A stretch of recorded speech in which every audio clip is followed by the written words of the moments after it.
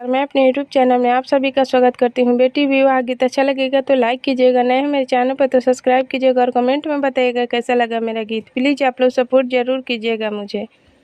पाना माया ईसना तू पातर हो बेटी, फूलावाया ईसना सुकावार।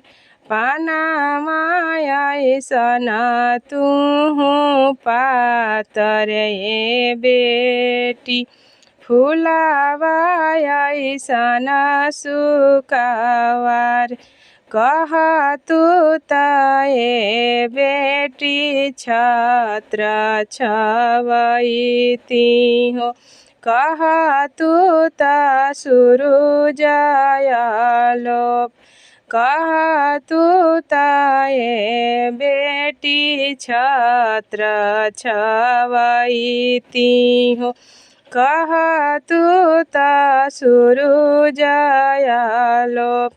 काहे लागी ये पापा छत्र छवैबहो, काहे लागी सूरुजयलोप, काहे लागी ये पापा छत्र छवैबहो, काहे लागी सूरुजयलोप।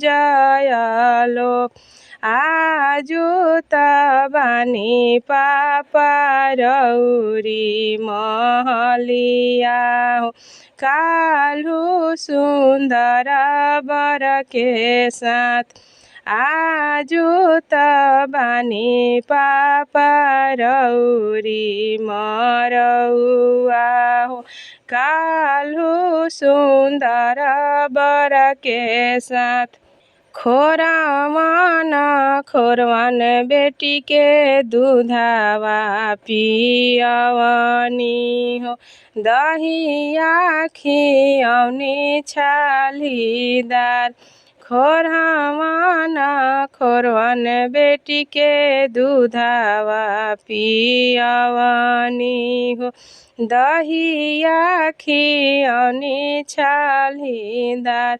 दूधवो के नेकी नाही दुइहलु ए बेटी हो, चली भैली सुन्दर बर के साथ।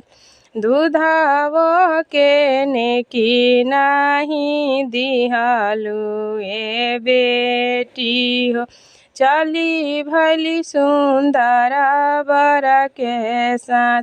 दूधवा के नेकी तोहरो दीहे कवन भैया, जे भैया दला के सिंगार। दूधवा के नेकी तोहरो दीहे कवन भैया, जे भैया दला के सिंगार।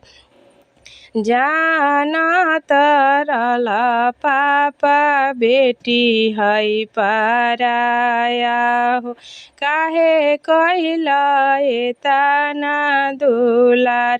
जानत रहल पापा बेटी है पराया हो, काहे कैल एतना दुलार, काहे कैल एतना दुलार।